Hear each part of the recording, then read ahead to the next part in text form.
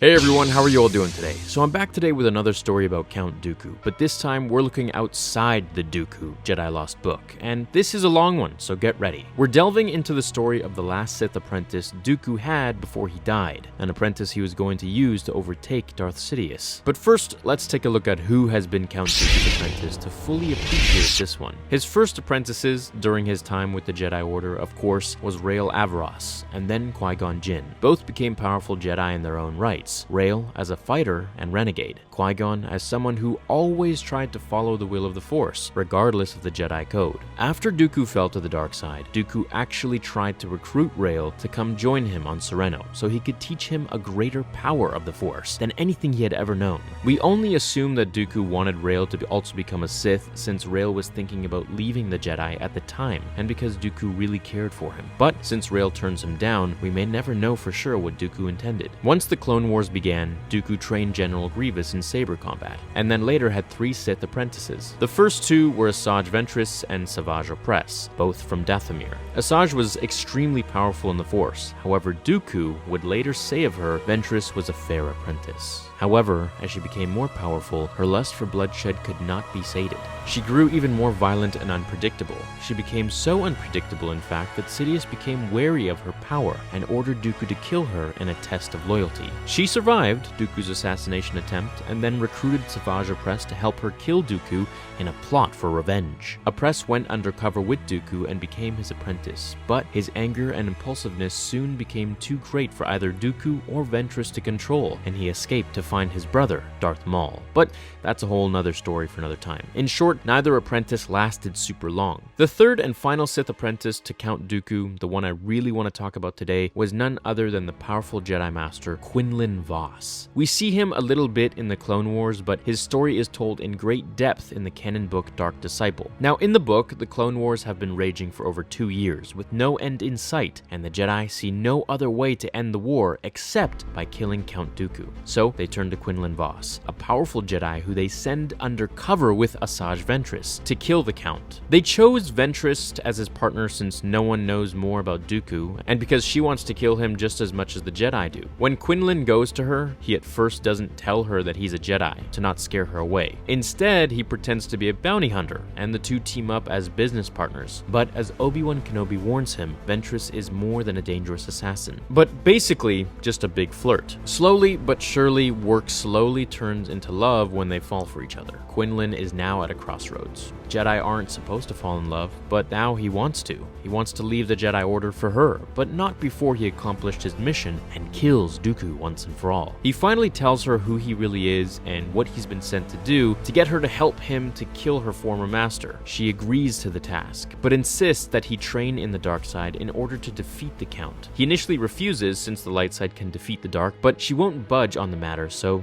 he agrees. Anything for her, after all. She takes him to Dathomir, her home planet that is steeped in the dark side. She shows him the massacre of her sisters at the hands of Grievous and Dooku in an effort to help make feel anger against him. But he's a Jedi who has been trained his entire life to ignore such emotions. Nothing really works until she tells him that Dooku murdered his master. As he taps into that pain, he discovers an anger towards Dooku like never before. Slowly through her training, this powerful Jedi Master learns to tap into the dark side until his power is beyond crazy, way more than she could imagine. Finally, the time has come for their assassination plot to take flight and for them to end the war. They travel to Raxus, where Dooku and Grievous are attending a gala for separatists higher up. Vos takes out Grievous, pretty easily too, I might add, and then the two attack Dooku. They get into a major lightsaber fight where Vos and Ventress try to use the dark side against Dooku, but despite their power, they're really no match for him. And on a side note, I love how stories like this show how powerful Dooku really was. In the movies, we see so little of his powers, but he was really an incredibly strong Force user, and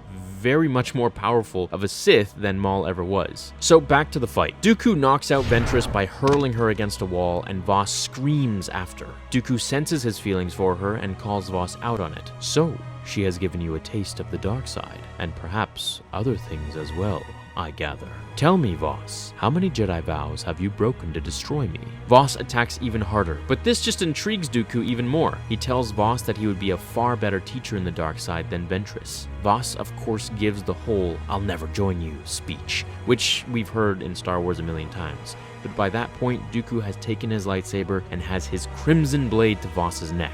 Voss tries to get Dooku to kill him, but Dooku instead knocks him unconscious with Force lightning. The last thing Voss sees before slipping away is the sight of Ventress fleeing Dooku's battle droids, thus leaving him as Dooku's prisoner. Over the next few weeks, Dooku tortures Voss mercilessly. Countless bolts of Force lightning, droid torture, electric restraining cuffs, starvation, all to weaken Voss's resolve to bring him closer to the dark side, so that Dooku may have him as a new apprentice. Meanwhile, Ventress hires Boba Fett and his team to help her rescue Voss from Dooku's castle on Sereno. Quinlan does know how to resist Dooku's seductions, until Dooku reveals that it was really Ventress who killed his master. This awakens a dark side in Voss that was previously dormant. By the time Ventress gets there to rescue him, he attacks her for killing his master, and she's forced to flee with barely her life intact. Quinlan is officially an apprentice to the Sith Lord. Over the next few months, Voss operates alongside Dooku under the public guise of Admiral Enigma and leads the Separatists to many victories against the Republic and the Jedi, since Voss knows so many of their secrets. All the Jedi want to kill him except for Obi-Wan, who feels responsible for Quinlan's turn to the dark side, since it was Obi-Wan who suggested Quinlan be chosen for the mission,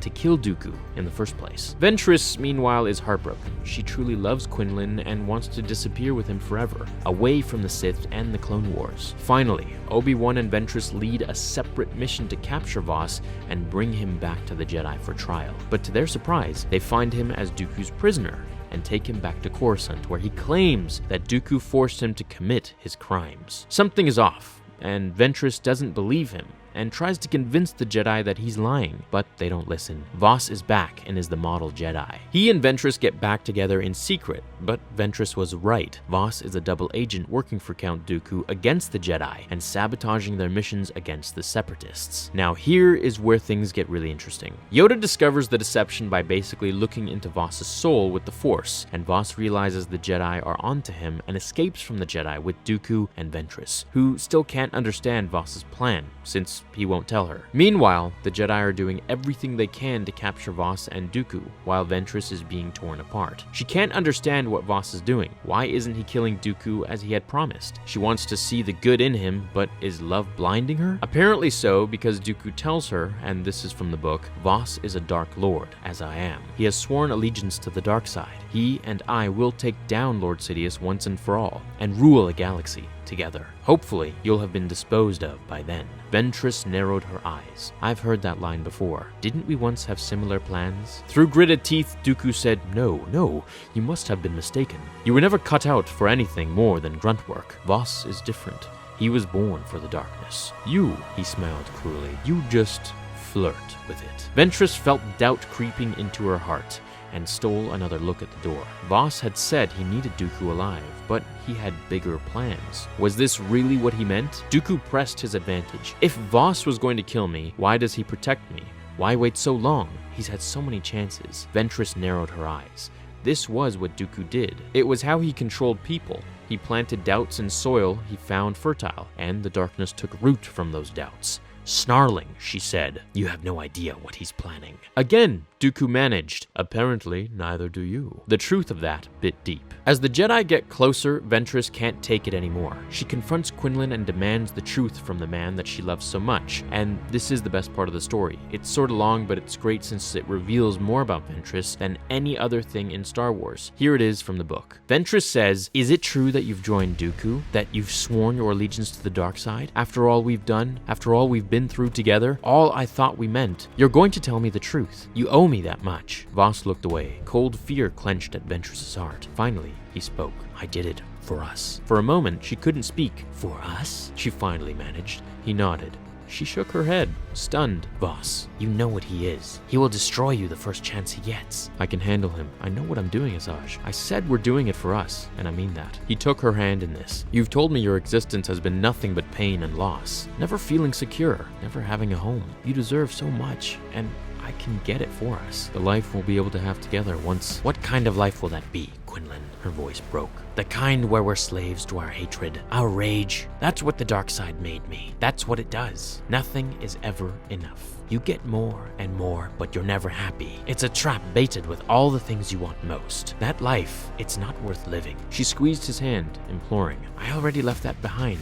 You can too. You have a choice. All at once, warmth flooded through her. It was as if she were being bathed with soft light. It washed away the pain and the fear and the anger, leaving only perfect clarity in its wake. Ventress realized that it was the Force, but it had never felt like this, and it was giving her a gift. Time slowed to a crawl as a sudden, calm sense of knowing permeated her. She saw, all at once, every possible outcome of the turn of this fraction of a second. Every convolution, every manifestation, every repercussion that would echo far into the future. Death and life, and new chances lay down one path. The restoration of balance, fear and disaster, an existence that could never be called living but merely crawling about in a shell of flesh that had no spark of joy. That, too, could be the future. Burning vengeance that only increased the hunger for more. She had just told Voss that he had a choice about what path he wished to walk, and the Force was revealing to her the outcome of her own choices. Now, this moment, this instant, this breath, Ventress chose. I love this part because Ventress has never been more torn. She loves Voss but also hates the dark side and Dooku. How can she love a man who is so aligned with both?